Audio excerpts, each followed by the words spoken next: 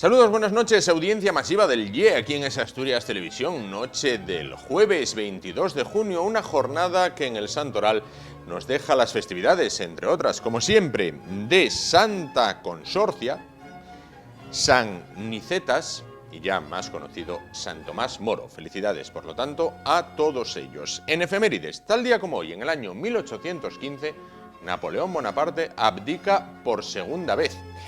Más adelante en el tiempo, en 1934, la fábrica Volkswagen, la compañía Volkswagen, lanza por primera vez uno de sus vehículos más populares, el Escarabajo, ya data del año 1934, ahí es nada. Y en 1941, tal día como hoy, los alemanes lanzan sobre la URSS, sobre la Unión de Repúblicas Socialistas Soviéticas, la Operación Barbarroja en el contexto de la Segunda Guerra Mundial, la mayor invasión armada que ha registrado la historia. Más agradable. En 1981, Mecano lanza su primer éxito, Hoy no me puedo levantar. En cuanto a nacimientos, en la fecha de hoy, en 1906, quien nació fue el cineasta austriaco, de origen austriaco y nacionalidad norteamericana, Billy Wilder. En 1949, la actriz Meryl Streep. Y en 1953, la cantante Cyndi Lauper. En cuanto a fallecimientos, en 1969 falleció la actriz y cantante Judy Garland y en 1987 el cantante, actor y bailarín Fred Astaire. En lo que se refiere a la actualidad, bueno, pues ya lo han visto. Parece que la ola de calor nos da una tregua y las nubes vienen al rescate de aquellos que ya estaban on fire, que ya no les llegaba la camisa al cuerpo del calor. Quizás muchos, al levantarse esta mañana, pues miraron por la ventana y torcieron el gesto. Pero es que, atención, tanto calor no es bueno, porque según podemos conocer hoy después de leer la prensa, España está a las puertas de vivir 20 años de la más exhaustiva sequía. La pertinaz sequía, sí, 30 o 40 años más tarde, vuelve a España. Comenzamos.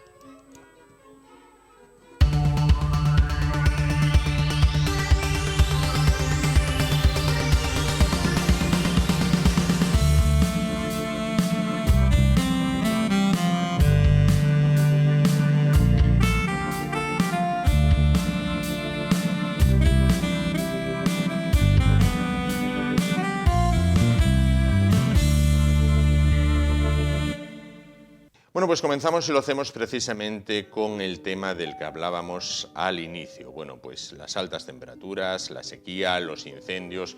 Bueno, ya saben, durante toda la semana Portugal ha ardido y de qué manera. Bueno, pues son hectáreas y hectáreas de monte, de bosque quemado y también, no menos importante, hay que lamentar la pérdida en vidas humanas, que ya ascienden a más de 60. Bueno, para hablar del tema de los incendios y cómo prevenirlos, bueno, se encuentra esta noche con nosotros Asunción Cámara. Ella es directora de la Escuela Politécnica de Mieres e ingeniera de montes. ¿Qué tal? Buenas noches. Buenas noches. Bueno, pues entonces, descartando a priori que sea un incendio intencionado, como tantos hay a lo largo del año, en España, en Portugal, en otros países, bueno, ¿por qué se produce un incendio de estas magnitudes en Portugal? Hablan de un rayo que cayó, bueno, se produce un fuego, pero ¿por qué alcanza estas magnitudes? Hay un motivo de ignición, que es el rayo, podría ser un incendio provocado, como hay muchísimos, ¿no? De hecho, se atribuye con más del 90% de las causas de los incendios forestales en general en el ámbito mediterráneo por causas humanas. Esta parece que no es así, que ha sido un incendio,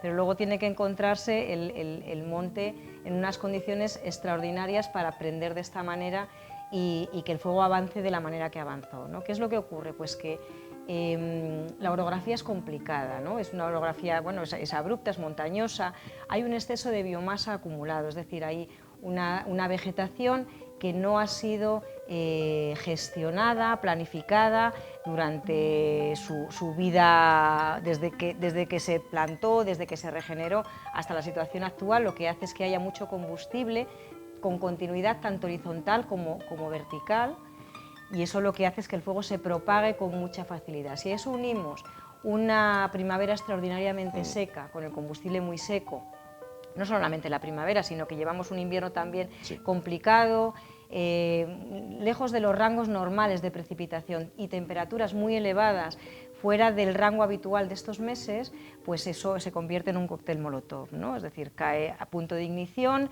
combustible seco, mucho combustible, muy continuado, y luego una fragmentación de la topografía importante que hace que sea fácil que el fuego se traslade, incluso que salte de ladera, ¿no? Es decir, cuando las zonas son llanas, bueno, pues el fuego se propaga en llano, pero si tenemos una fractura, lo que ocurre es que es fácil, en un valle, es fácil que los fuegos de un lado puedan saltar, que además hay viento, a la otra ladera y siga propagándose en otro sitio, ¿no? Entonces, bueno, los factores que han confluido han sido todos esos, que son fáciles de que confluyan en años, digamos, de este tipo, ¿no? Con estas sequías, y a partir de ahí comienza el incendio. Claro, claro, claro. Entiendo entonces que lo que quema, lo que usted se refería como combustible, es monte bajo, arbusto, no tanto los árboles. No quema todo, lo que pasa que hablamos de biomasa en general, es decir, el fuego no entiende de especies, el fuego empieza a quemar, matorral hay en el suelo, es decir, estos montes donde se ve, yo por lo que hemos visto en las imágenes de televisión, lo que se aprecia es que son montes en los que no hay una ausencia de gestión, no se han hecho desbroces, no hay, es decir, hay matorral y hay árboles, entonces bueno, el matorral está en esta primera parte del monte, pero luego tienes las ramas, árboles que no han sido podados, con lo cual tiene ramas bajas, es muy fácil que el fuego empiece en un punto y se traslade a la parte superior o al revés, claro, y luego que también se traslade horizontalmente. Entonces, quema todo, ¿eh? Unas especies pueden ser más combustibles que otras, pero al final el fuego avanza. Claro, claro, claro. ¿Qué similitudes o qué diferencias hay entre la superficie quemada en Portugal con un bosque como puede ser el de Asturias? Bueno, hay bastantes, en el sentido, por ejemplo, para mí una de las cuestiones, bueno, estamos hablando también de montes con mucha biomasa, como pasa aquí en Asturias, sí. Tenemos la vegetación aquí crece mucho porque las temperaturas son suaves, hay precipitación, entonces la vegetación crece mucho, ¿no? Lo normal es que tengamos primaveras húmedas, incluso los veranos, bueno, pues no llegan a ser veranos con sequía. Nosotros no entendemos esto de la sequía como se entiende de la cordillera cantábrica para abajo, sí, ¿no? Pero si hay estas temporadas erráticas, la vegetación está seca, tenemos mucho combustible, tenemos una topografía, le llevo a la misma situación de antes, ¿no? Sí. Una topografía complicada y además, en cuanto digamos a la situación más grave de toda, que es que ha habido muchísimos muertos, tenemos una población muy diseminada, porque esto se produce muchísimo en la zona cantábrica, ¿no? Pequeños núcleos de población muy dispersos por el monte, sumergidos en la vegetación, sí, con gente muy mayor que habita en ellos, que no, digamos, que tiene mayor dificultad para desenvolverse, pues podemos decir que la situación es parecida, claro, o podría ser parecida. Es decir, no podríamos decir que aquí un incendio de esas magnitudes, si se propiciaran todas las circunstancias, no pudiera producirse. Hay una diferencia grande, y es que aquí la gestión forestal, digamos que es más intensa, o hay una mayor dedicación, hay más presupuesto a la gestión del monte de lo que al menos nos transmiten nuestros compañeros portugueses de lo que ocurre en Portugal. Claro. Hay otra ventaja, digamos, añadida, y es que el presupuesto que tienen las comunidades autónomas y el Estado español en materia de extinción de incendios es muy superior a lo que hay en Portugal. Es decir, estamos mucho más preparados ante un evento de estas magnitudes, ¿no? Con lo que seríamos mucho más capaces de afrontarlo. Lo que no quiere decir que no se pueda producir. Claro. Es decir, preparados pero no libres de ello. No libres de ello, efectivamente. Claro. Más preparados pero no libres de ellos. ¿Podríamos estar más preparados? Podríamos estarlo. El fuego entiendo que se propaga de una manera rapidísima porque esta gente que murió no le da tiempo a escapar de la zona. No le da tiempo, podemos ver, por ejemplo, en esa imagen que estás poniendo ahora mismo, sí, fíjate dónde están los pinos. Los pinos llegan al borde de la carretera. Sí, sí. Fíjate la distancia que hay entre las copas de los pinos, ¿no? Es decir, con un poco de aire, salta. El viento llega, por ejemplo, por la izquierda, saltar a la derecha y eso se convierte en un túnel de fuego. Claro. Con lo cual, no solamente eso, sino que además la combustión que se produce consume oxígeno y para los motores. O sea, dificulta el tránsito de las máquinas, ¿no? De las que sea, con lo que, por supuesto, que eso ha contribuido bueno, pues a lo que estamos viendo, ¿no? A que se paren los coches, a que haya accidentes y a que la gente se vea metida en una ratonera, pues brutal, ¿no? Claro. Sí. Cuando hablaba de cuidar el monte, cuidar el bosque, ¿cómo se pueden prevenir estos incendios? Recurro al tópico que siempre Sí. oímos, que es que los incendios se apagan en invierno, ¿no? Eso es, tradúzcame esa frase que yo la llevo oyendo desde principios de semana. Sí, la gestión de los bosques es algo que la gente no sabe que hay que hacer. Los montes están ahí para que los ingenieros forestales o la gente que se dedica a estas tareas forestales, pues durante el invierno se dedique a disminuir el combustible, bien con el objetivo, como puede ser la prevención de incendios, pero sobre todo con el objetivo muchas veces de aumentar la producción de madera, por ejemplo, ¿no? Sí. Es decir, nosotros necesitamos ir disminuyendo el número de árboles que hay en una zona, en un monte, para que los que queden, los buenos, engorden más y crezcan más y al final tener pues pies que nos den más madera, digamos, ¿no? Mayor valor unitario, que ese árbol valga más dinero. Eso tiene el objetivo de producir, pero también tiene el objetivo, lógicamente, de disminuir el combustible y, por lo tanto, de manera directa afecta a una posible propagación de incendios.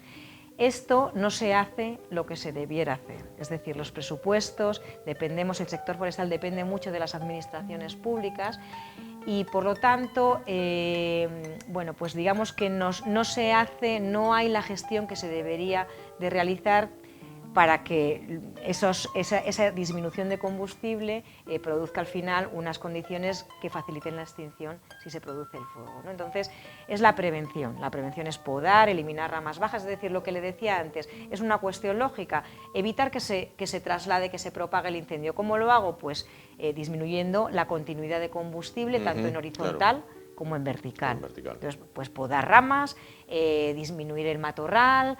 Mucha gente lo llama, digamos, de manera coloquial, la limpieza de los bosques, ¿no? Nosotros no lo llamamos así, pero bueno, la gente se entiende con eso. La limpieza, cuando hablan de eso, de disminuir el combustible, disminuir el matorral fundamentalmente también, que el monte sea más transitable, que tenga, por ejemplo, una cosa muy importante, que tenga buenas pistas de acceso para los efectivos que luego van a hacer los incendios, ¿no? Es decir, si yo tengo un monte muy grande que está ardiendo y no tengo pistas por dónde meter los vehículos, lo que estoy haciendo es al final confiar toda la extinción a los efectivos aéreos, ¿no?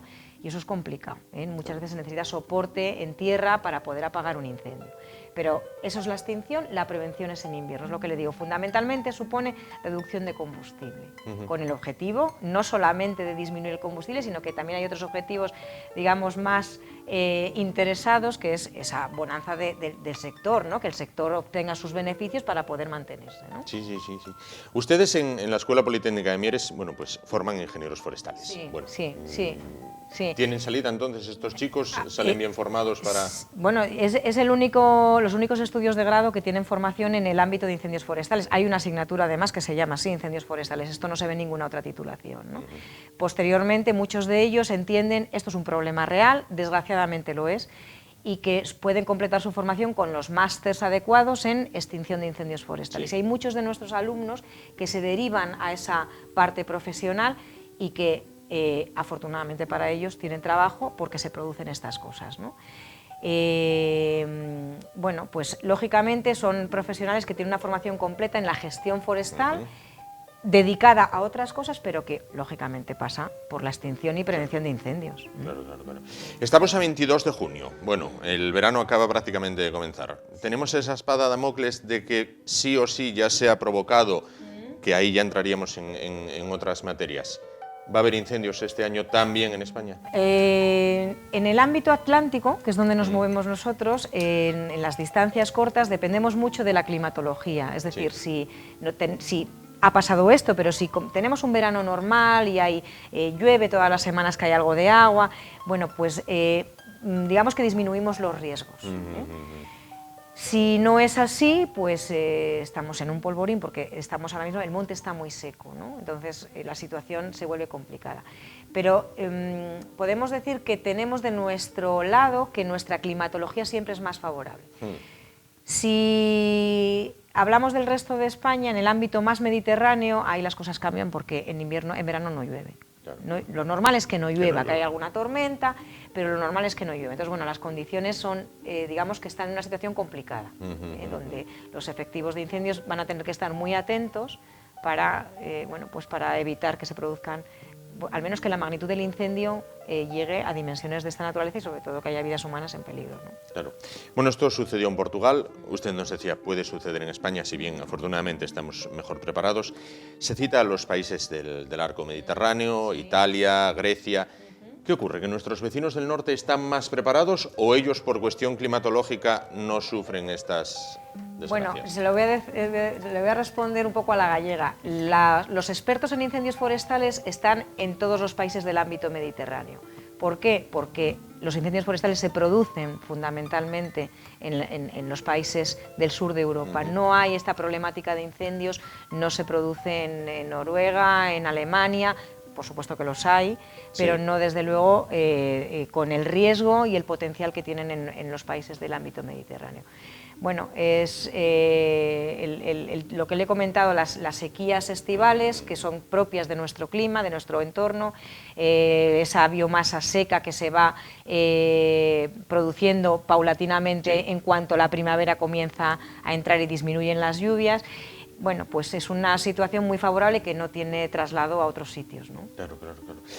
Y esta superficie, por ejemplo, quemada en Portugal, ¿cuánto puede tardar en recuperarse si se llega a recuperar? A ver, recuperarse es factible, desde luego siempre con la intervención de congestión. No queda otra, hay que eliminar la madera muerta, si no toda mucha de ella, hay que sacarla del monte y hay que ver en qué condiciones ha quedado para su regeneración. Es decir, los ingenieros forestales, ingenieros de montes portugueses, lo que tienen que analizar en primer lugar es la capacidad que tiene la superficie quemada de autorregeneración, es decir, que sea capaz de regenerarse pues, de la propia semilla que tienen en las zonas quemadas. Pues nuestras especies, las especies forestales mediterráneas, la mayoría, si tienen una cosa es que están adaptadas al fuego y por lo tanto tienen mecanismos para regenerarse tras el incendio. Incluso lo hacen con una profusión extrema, es decir, ahí se produce una regeneración tremenda. Ajá. Si los bosques son muy jóvenes, la semilla no es muy fértil o incluso son especies que no tienen capacidad incluso de brotación del propio tocón, ¿no? Si cuando se corta el árbol, pues ya es más complicado, ¿no? Entonces lo que tendrán que ver es qué se ha quemado, cómo se ha quemado y planificar su inmediata regeneración, para, o sea, ayudar a la naturaleza a regenerarse bueno, pues, de una forma asistida, ¿no? Para evitar. ¿Por qué? Pues porque si no se hace, si no se regenera con rapidez, pues en cuanto lleguen las lluvias lo que se produce es procesos de erosión, de escorrentía, de arrastre de tierras. Bueno, pues un proceso de degradación acaba entrando en matorral, se acaba colonizando todo por matorral, dificulta la entrada del arbolado, es decir, no es que no se pudiera recuperar de una manera natural, pero los procesos temporales son tan largos que tardaría muchísimo en hacerlo. Tiene que intervenir el hombre necesariamente. Bueno, entonces, una vez controlado el fuego, después extinguirlo y después ayudar a la naturaleza a que todo siga su curso, ¿no? Eso es, claro. Eso es. ¿Somos conscientes de lo que implica la deforestación? Yo creo que no. Yo creo que el sector forestal lo que tiene para la sociedad es que la sociedad es urbana y lo interpreta como algo que está ahí para cuando quiere hacer senderismo, cuando quiere irse a tomar el bocadillo, a pasar unas vacaciones, pero no lo comprende, no lo entiende, no sabe el esfuerzo económico que conlleva esa gestión de los bosques, que no necesariamente tienen que ser productores, porque imagínese usted, por ejemplo, qué producción pueden tener los bosques murcianos, que los hay, con una climatología tan complicada, pues producen poco realmente, pero tienen unas, digamos, una producción o digamos, en beneficio social, ambiental, ecológico, que es lo que la sociedad percibe y por lo que no pagamos nada. ¿No? Nada revierte en nuestro bolsillo de manera directa, ¿no? Yo, ahora que se reclaman tantos céntimos para algo, yo reclamaría un céntimo para la gestión forestal, porque al final todos esos beneficios que nos proporciona no somos capaces de valorarlos positivamente y no nos cuestan nada. Y yo creo que es por eso, porque no nos cuestan nada. Claro. Entonces, ¿que se deforesta? Bueno, es que no pasa nada, pues en vez de irme a este monte me voy al de al lado al año que viene, qué pena me da. Claro. Pero ¿España pierde anualmente muchas hectáreas de bosque? En incendios forestales, estuve antes mirando las estadísticas, en el año 2012 que se produjeron también una campaña de incendios también brutal, sí. Hubo casi 70.000 hectáreas quemadas en todo el país. 70.000 hectáreas son 70.000 campos de fútbol, ¿no? Sí. Para que nos hagamos Sí. siempre la comparación. Y este año, desde enero más o menos hasta finales de verano, este año llevamos ya 40.000, es decir, que llevamos más de la mitad de lo que se produjo en el año 2012. Los años entre el 2012 y el 17, el número de hectáreas que se han quemado ha sido menor, pero también ha sido importante. Sí que es verdad que con una climatología normal, como hemos conseguido, es decir, tenemos muchos y muy buenos expertos en el tema de extinción y prevención de incendios forestales, sí que hemos conseguido reducir respecto a lo que había, por ejemplo, hace 25 años.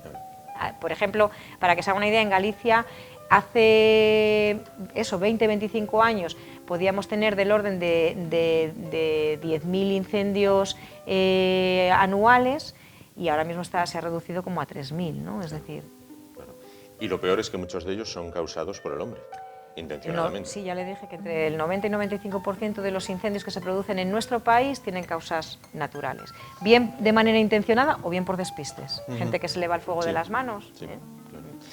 Bueno, pues nada, habrá que estar atentos a que no se produzcan más incendios, en este caso, bueno, ya no en Portugal, que ya han tenido los suyos, sino que, bueno, que se cruce la frontera y sobre todo que no sean intencionados. Atrás queda aquella época, los que estudiamos EGB, me acuerdo que se decía, hace muchos años en España una ardilla podía cruzar toda la península sin posarse de árbol en árbol. No sé si era metáfora o era un poco tópico, ¿no? verdaderamente real, porque a ver cómo hacía para cruzar los ríos. Pero bueno, así todo, que la deforestación no continúe avanzando.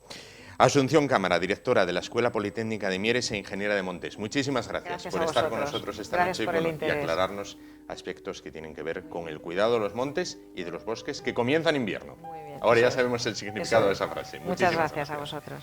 Nos vamos a publicidad y en un momento volvemos para hablar con Luis Laria. Hasta ahora.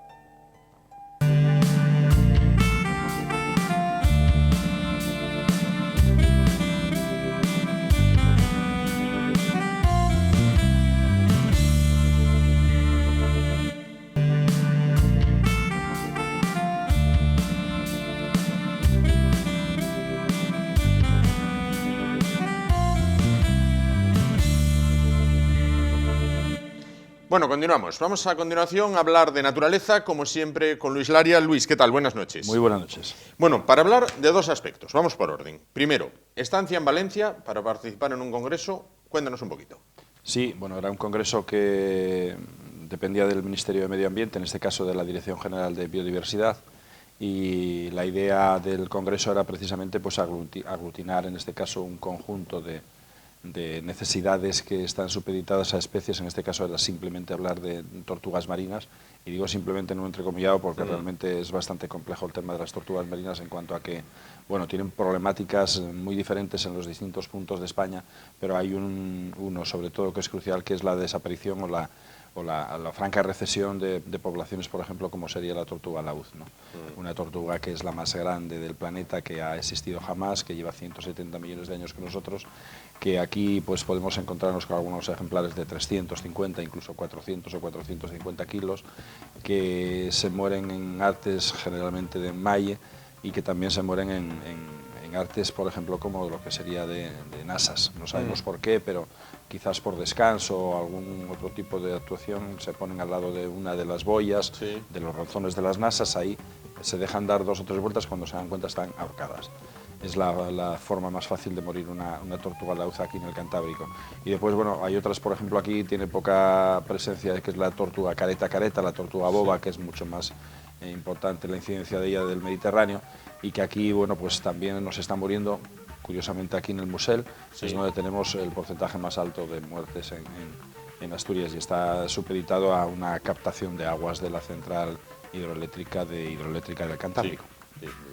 Después, bueno, pues es hacer una valoración de lo que es el conjunto de las actuaciones de los distintos grupos de trabajo a nivel nacional y hacer una recopilación histórica de lo que fueron, pues bueno, estos últimos años en el trabajo, sobre todo en lo que es recuperación de especies vivas.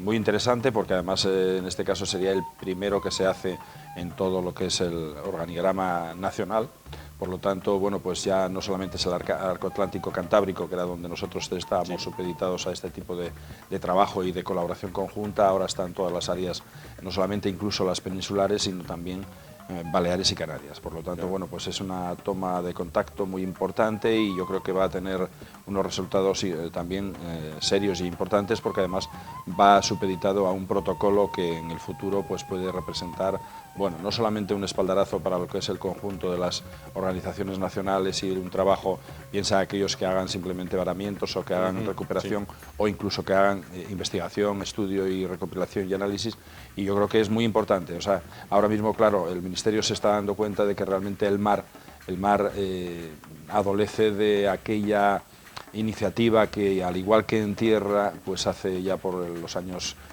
80 pues se comenzaron a crear estrategias de conservación. El mar, por ejemplo, ahora tenemos solamente un 6% de las áreas geográficas nacionales y también las insulares, solamente un 6% de todas esas digamos que esos espacios son espacios preservados, entre comillas, en distintas formas de protección. Y bueno, ahora la idea precisamente a través se fue haciendo a través de un programa que se denominaba Indemares y ahora es Intermares.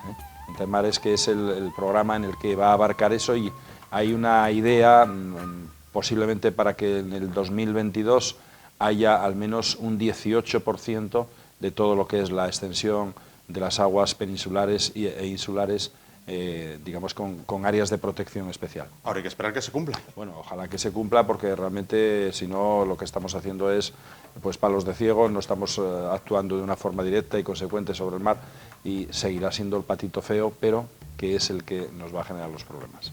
¿Y has venido con fósiles? He venido con fósiles, estamos haciendo también una campaña de colaboración muy interesante en Tarragona. El área de Tarragona, todo este área es un área muy importante, y bueno, pues estamos ampliando una colección de fósiles en el Parque de la Vida, y además ahora mismo ampliamos también lo que son los talleres en cuanto a lo que es, pues imagínate que tenemos un montón tremendo de arena y allí teníamos pues del orden de unos 250 fósiles, ahora vamos a tener 1500, y además los niños van a poder identificarlos de una forma muy singular, que lo van a hacer incluso con una cámara, en este caso virtual. O sea, van a poder efectivamente en un momento determinado coger un fósil, y ese fósil tiene un código, y automáticamente ellos con la cámara lo que van a poder es ir interpretándolo en el aire, van a estar viendo cuál de ellos puede corresponder, y después lo van a meter en el casillero correspondiente de una forma muy interesante. ¡Qué pasada! Si te parece, la próxima semana podríamos hablar de las distintas actividades que tenéis programadas de cara al verano. Bueno, los escolares se quedan de vacaciones y... Quiero reiterar que precisamente este sábado pasado habíamos comentado, y efectivamente hemos tenido pues una actividad muy interesante a nivel astronómico, que vamos a tener en total 4 durante este año. Perfecto. Y ahora vamos a hablar de gente que quizás por un afán de voluntarismo, sin saberlo, esté incurriendo en un fallo. Sabes que esto hace un tiempo lo habíamos tocado así de soslayo, y me gustó pensar en tocar este tema, porque es un tema que puede redundar en un conocimiento de la persona de qué forma de actuar hemos de tener ante un ejemplar juvenil. Y es que además te aseguro que en los 9 horas y media del recorrido en coche he recibido yo 16 llamadas. Con manos libres, con manos libres. De esas llamadas, de esas 16 llamadas, en total 9 fueron precisamente de animales que encontraba la gente. Cuando nosotros lo que explicamos es qué hacer con ese animal, y en el caso de que ese animal pues sea una especie protegida, que tiene algún problema, algún inconveniente, y obviamente pues tenemos que actuar de forma manipulándolos, pues entonces hay que hacer la transferencia al 112. Vamos a ir viendo fotos. Estos animales son casi siempre todos los años los mismos. Sí. Estamos en esta etapa ahora mismo, estamos a mediados de junio, y es totalmente habitual que la gente se encuentre con pollos. Ejemplares de cualquier índole, desde gorriones, como estamos viendo ahí en la imagen, a lo que podría ser pues la urraca, la pega.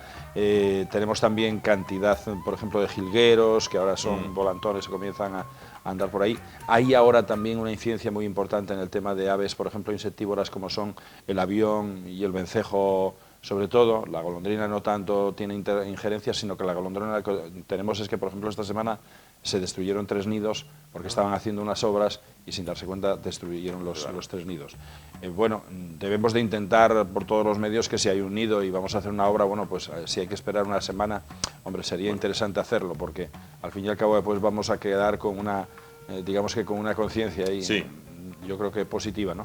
En el tema del corzo, que lo estamos viendo ahora en la imagen, los corzos chiquitinos a veces puede parecer que están abandonados, no están abandonados. Lo que ocurre es que la madre no está encamada con la cría. Cuando son ahora mismo, pues podríamos hablar de que tienen pues entre un día y pueden tener pues 15, 20 días. Sí. Esos corzos generalmente van a estar solos siempre. Sí. Van a estar solos, la madre está en otro ámbito perimetral, porque si la madre está con el pequeño, es mucho más fácil identificarlos a los dos, un perro o cualquier otro depredador. Entonces, esos corzos aparentemente que parece que están abandonados, no lo están.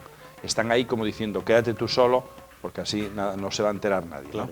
¿No? En el caso más normal es que la gente pues va, lo ve, porque a lo mejor se levanta al ver que pasas cerca, se levanta, se asusta, se levanta y entonces parece que está abandonado. No está abandonado.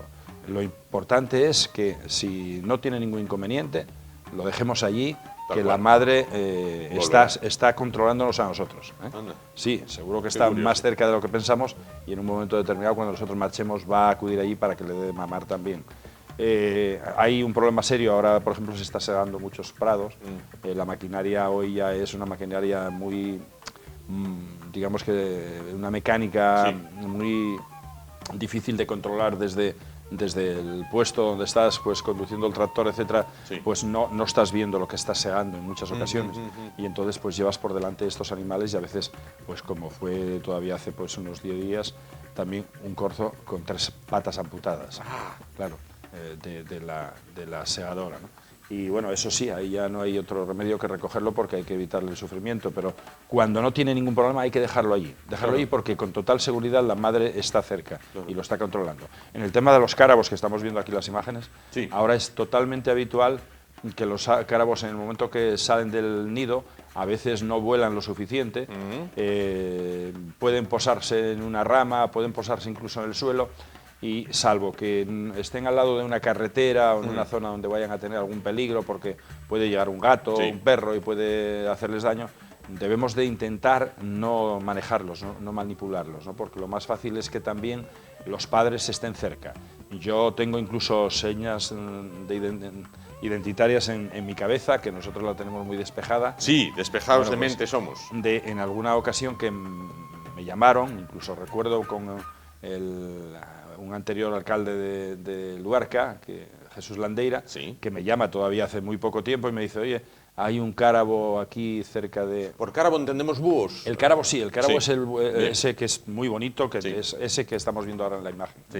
Y irá, porque estaba justo al lado de la carretera en el arcén, ir a recogerlo y cuando lo estábamos cogiendo, estaba él conmigo, cuando lo estábamos cogiendo, venir la madre, en este caso, y pegarme un golpe con las garras abiertas y pegarme un tajazo curioso.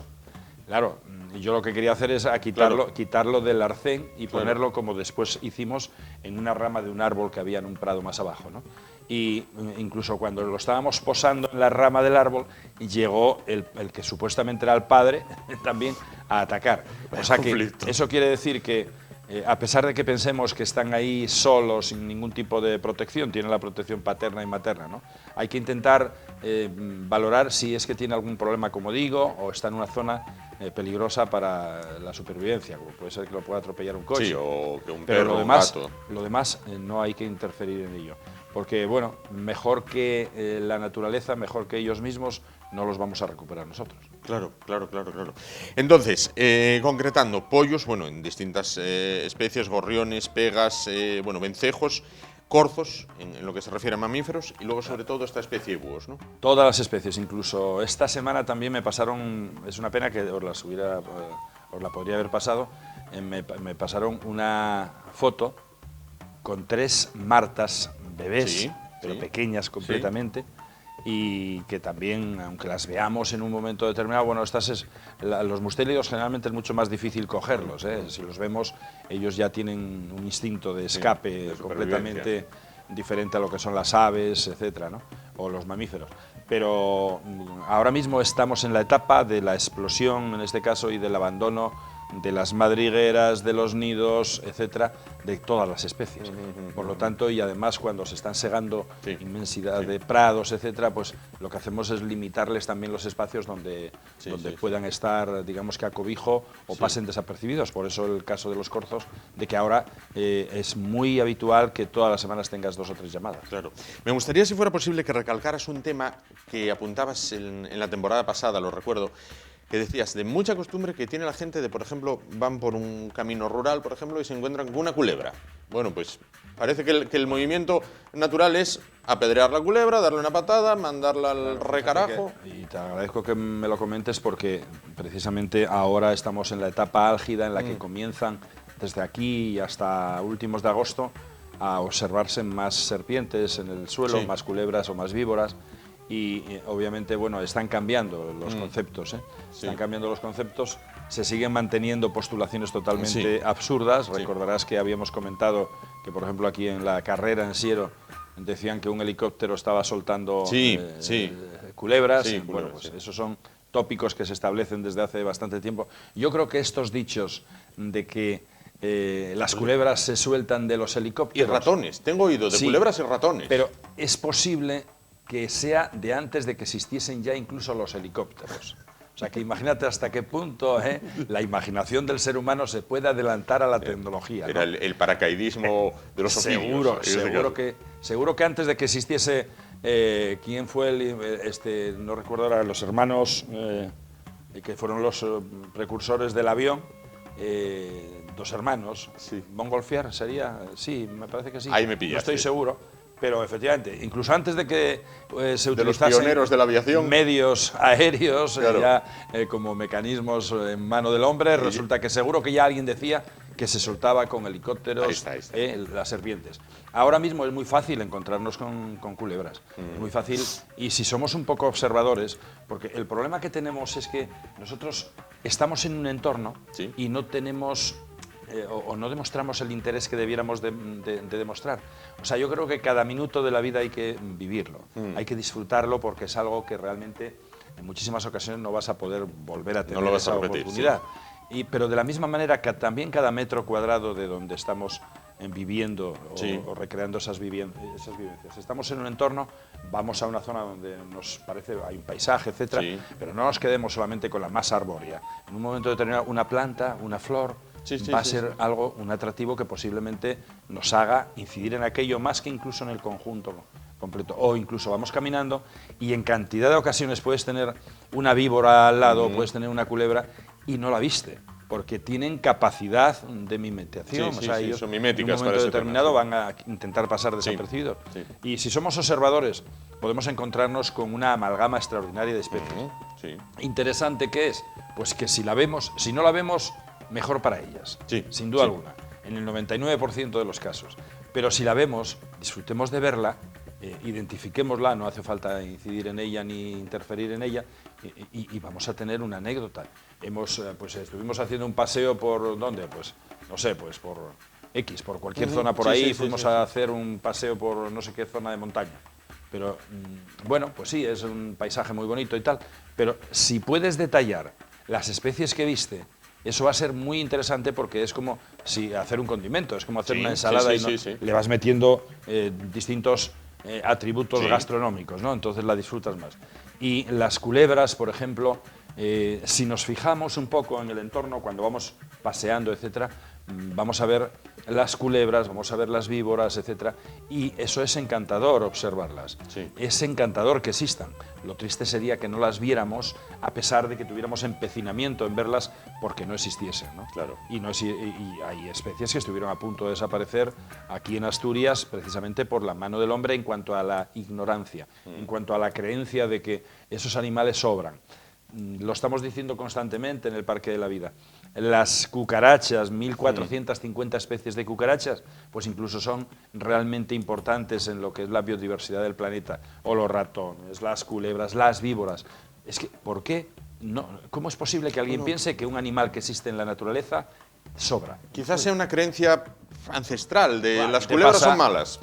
Yo estoy seguro que si tú haces un paseo por ahí por la montaña, lo que menos quieres saber es dónde está una víbora que aunque si te la enseña alguien, corres con más fuerza que hasta ese momento. Yo quisiera más no la ver. ¿Vale? Y ella quisiera más también no me ver a mí. Hay que disfrutarlo, hay que convivir en ese entorno y eso, efectivamente, un paseo que puedes decir, voy a hacer un paseo a, no sé, a Peñauviña, no sé por dónde, vamos a hacer un paseo y somos un grupo de 20. Bueno, pero es que en ese recorrido que hagas, lo bonito es que dices tú, joder, es que fui a Peñauviña, una zona preciosa, no sé qué más, pero es que te quedan la sal, te queda la pimienta, te quedan todos esos contenidos que son, oye, pues vi 2 buitres volando encima de mí, o vi un águila real, o vi pues un lirón, o vi, no sé, cualquier cosa que te puedas imaginar, cualquier animal en un momento determinado está a tu lado y no lo viste. Claro. Y disfrutar de él, cuando tenemos ese interés de observación, es multiplicar las vivencias, el disfrute de lo que haces. O sea que hay que hacerlo. ¿Cómo es posible? Pues es igual, yo por ejemplo, ayer me enseñaron, estuvimos viendo un yacimiento de fósiles. Pues fíjate, yo porque iba con especialistas, pero yo aquellos fósiles me habrían pasado totalmente desapercibidos. Claro. Es igual que cuando vamos al monte, ¿cuántas setas ves tú? ¿Y cuántas identificas? Ninguna, pero si realmente tú ya vas con una guía y con una persona que te va a decir, oye, pues mira, en tal sitio vamos a ver setas, tal. Cuando te vas pues esto a mí me pasaba desapercibido. Claro. No lo entendía. No lo hubieras... Claro, es igual que cuando vas al fútbol. A lo mejor vas la primera vez al fútbol y te vas viendo, te recreas solamente en el ambiente y en las jugadas típicas. Pero después cuando ya empiezas a entrar en el organigrama del fútbol y ya empiezas a ver que la raya... que la línea de córner está en un sitio, que ya tienes una estrategia de saber cómo van las jugadas y es meterte en un mundo. En todos los mundos, en el de la naturaleza, es el mismo. Todo necesita una iniciación. Pues Luis, perfectamente. Quedamos emplazados para la semana que viene. Nos hablas de esas actividades, bueno, especial para el verano, bueno, que vais a poner en marcha o que ya estáis poniendo en marcha desde el Parque de la Vida, tanto para pequeños como para mayores. Digo pequeños porque se quedan ahora de vacaciones en muy poquito tiempo. Claro que sí. Pues muchísimas gracias por estar con nosotros esta noche. Gracias. Y nosotros vamos a publicidad, volvemos en un momento. Continuamos con el programa de hoy. Hasta ahora.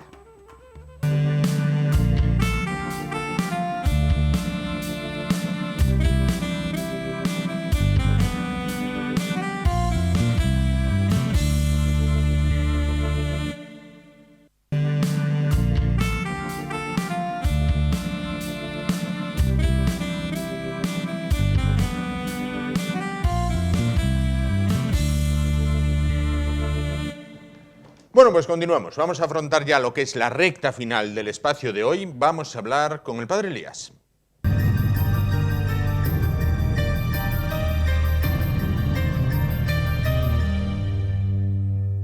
Elías, ¿qué tal? Buenas noches. Hola Juan, muy bien. ¿Y tú? Todo correcto. Vamos a hablar hoy de ciencia espiritualista, ¿verdad? Eso es.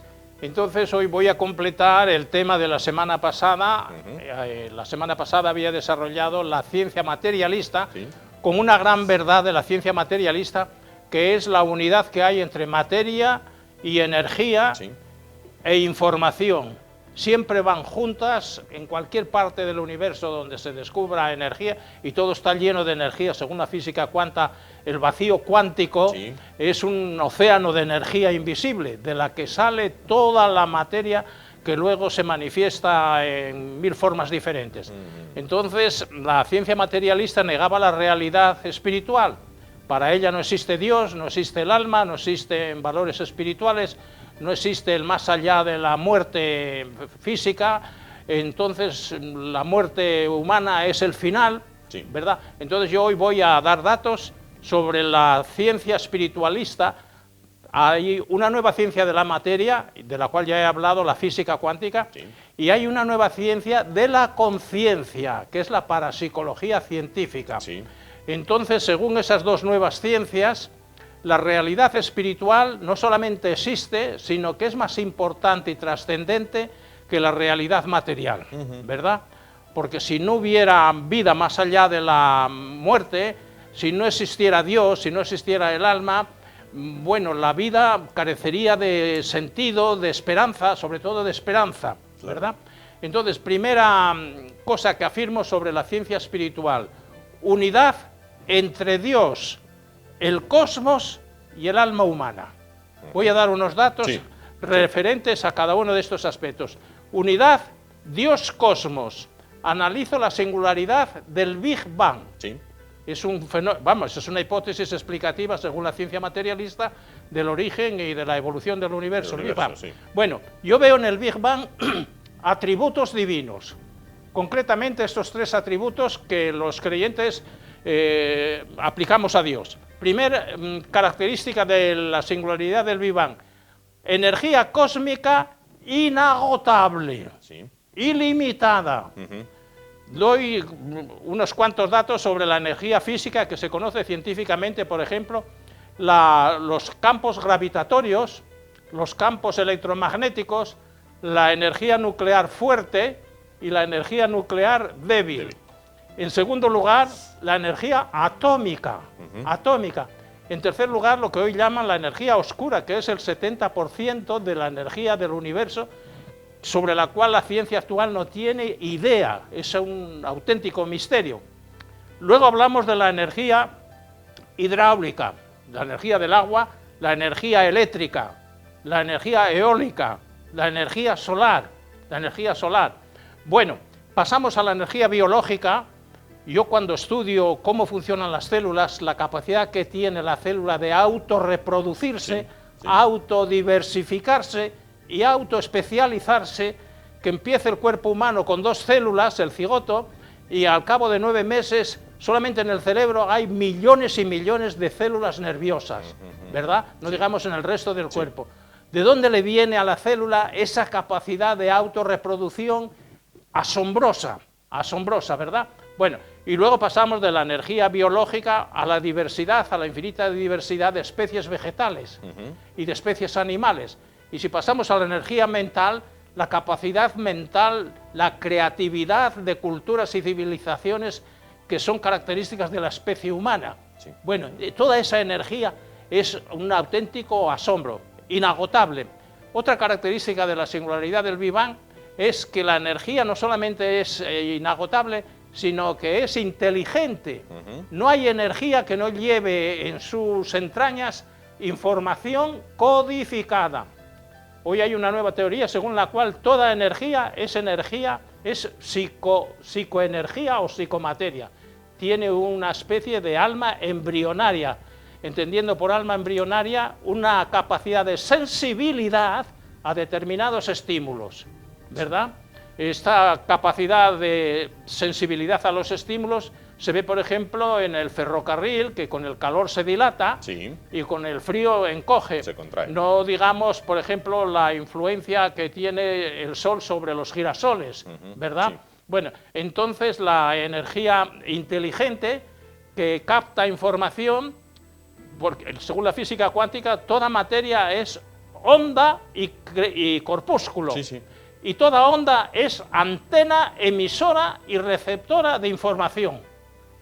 La evolución es lo que distingue, pues, la mayor o menor capacidad cognitiva de la materia o del espíritu. Según esté más desarrollado evolutivamente o menos desarrollado, capta más información o menos información. Pero toda materia, en última estructura, es antena, emisora de información y receptora de información de algún tipo de señal. Bueno, entonces la segunda cualidad del Big Bang es que no solamente es energía inagotable, sino que toda energía es inteligente, lleva dentro información codificada. En tercer lugar, toda energía es indestructible, es eterna, no nace ni muere, ¿verdad? Solo se transforma. Solamente se transforma. Bueno, estos atributos son los que distinguían al Supremo Creador del resto de la creación, que Dios es energía infinita, que Dios es inteligencia infinita, que Dios es eterno, que Dios es autoexistente. La energía, según la ciencia, es autoexistente, ¿verdad? No tiene principio, no tiene fin, es eterna, no nace ni muere, ¿verdad? Claro. Esto es una tesis de la... Bien, entonces, en cuanto a la singularidad del Big Bang, hay tres características que la ciencia materialista atribuye a la naturaleza y yo las interpreto en clave espiritualista, ¿verdad? Esta es la diferencia. En segundo lugar, el fenómeno de la evolución cósmica. Yo he estudiado la evolución de las especies en Darwin y esa teoría de las especies es una especie de granito de arena en la playa. No explica en absoluto por qué apareció la vida. Sí. No explica en absoluto por qué hay tanta cantidad de especies vegetales. ¿Qué tiene que ver esa infinita variedad de especies vegetales con la supervivencia, con la selección natural, ¿verdad? Bueno, estas responden a otra concepción, no tienen explicación suficiente por la teoría del azar ni por la teoría de la selección natural de Darwin. Y sigo avanzando. Dios y la especie humana. Según en la Biblia, la especie humana es imagen y semejanza de Dios. Sí. ¿Dónde veo yo esta imagen y semejanza? No en lo que hay de material en la persona humana, porque para mí Dios no tiene cuerpo material, es espíritu puro. Sí. Yo lo veo en esta triple capacidad humana que la hace semejante a Dios. Capacidad cognitiva o curiosidad intelectual insaciable, insaciable. Segunda cualidad humana, capacidad creadora, ¿verdad?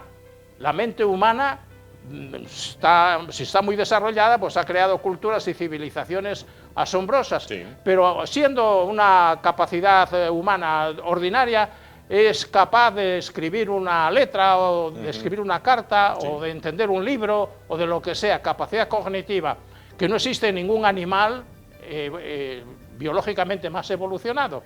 Y otra cualidad de la especie humana, capacidad de amor generoso, compasivo y perdonador. Está todavía poco desarrollada esta capacidad, pero hay situaciones límite en las cuales el hombre demuestra una capacidad de entregar su vida por salvar vidas ajenas. Sí. Ahora tenemos el caso de Ignacio Echeverría. Sí. Bueno, este hombre que por salvar la vida de una mujer que estaba siendo atropellada, arriesga su vida. ¿De dónde le viene? Atropellada, no, asesinada. Sí. ¿De dónde le viene esta capacidad de amor generoso, heroico, en circunstancias extraordinarias? ¿Verdad? Entonces llevamos dentro capacidades amorosas que están dormidas, que están aletargadas, que no están todavía despiertas y desarrolladas. Claro. Bien, y luego hay otro concepto también muy importante en la Biblia sobre la trascendencia de la especie humana, que es el amor al prójimo. Es tan importante en la Biblia como el amor a Dios. Sí. Amar al prójimo es amar a Dios. ¿Por qué el amar al prójimo no es idolatría? Compararlo o igualarlo con Dios. Pues no, señor. Está recomendado en el Evangelio por Jesucristo que debemos de amar al prójimo como nos amamos a nosotros mismos. Y finalmente hay otro concepto que habla de la trascendencia de la especie humana o de su unidad y semejanza con Dios. El concepto de salvación humana en la Biblia. Sí. ¿En qué consiste? Salvarse es un proceso que consiste en vivir creciendo en unidad y en semejanza con Dios en esta vida, incluso después de muerte, en el más allá. Según la Biblia, hay muchas moradas en el más allá. Sí, nos los explicaba, sí. Y de acuerdo con el nivel evolutivo que hayamos alcanzado antes de morir, iremos al primer cielo, al segundo cielo, o al tercer cielo, o al número 7, que es el número de la totalidad o de la plenitud, ¿verdad? Sí. Bueno, entonces hay una visión del hombre espiritual que es importantísima, que es interesantísima. Sin esta visión del hombre, la convivencia humana sería pues la selva salvaje, viviríamos comiéndonos unos a otros. Ya lo es bastante, así todo. Bien, entonces hace falta evolucionar, pero hace falta estar convencidos de que llevamos dentro unas capacidades de crecimiento y de evolución inimaginables. Inimaginables. Lo interesante es encontrar estímulos para que vayamos creciendo cada vez más y no nos demos nunca por satisfechos con lo que hemos alcanzado, ¿verdad? Claro. Bien, bueno, pues esta era la temática de la ciencia espiritual. De la jornada de hoy, hablando de ciencia espiritualista. Elías, vamos a probar suerte. Bueno, le veo ahí con un libro en francés. Bueno, usted sí. lee perfectamente el idioma francés. La energía secreta del universo. Aquí lo tenemos. La energía secreta del universo de Maxime Layet. Bueno, usted lee perfectamente el francés, sí. Sí, vamos, tengo un diccionario al lado, pero lo utilizo. Lo que leo lo entiendo. Lo que me cuesta más trabajo ya es escribirlo y sobre todo, pues, entender, hablar. Si está escrito lo entiendo mejor, pero después ya escribir una carta en francés ya cuesta tengo que un utilizar más. mucho el diccionario. Bueno, vamos a probar suerte con el limón. Elías, vamos adelante. Vamos a ver si hay... Bueno, si no tengo suerte, otro la tendrá. Otro la tendrá, sin duda. Vamos allá, trarán, trarán, un poco escorado y abajo en este caso. Se mueve. Le devuelvo el libro, Elías. Vale, Muchísimas bello. gracias y nos vemos la semana que viene para continuar hablando y de hasta este tema. el próximo martes, si Dios quiere. Efectivamente, nos vemos de jueves. Y nosotros llegamos así al final del espacio de hoy. Nos vamos, gracias por su atención. Volvemos el martes. Precaución si salen a la carretera. Les dejamos con un meme de la jornada. Hasta el martes. Descansen.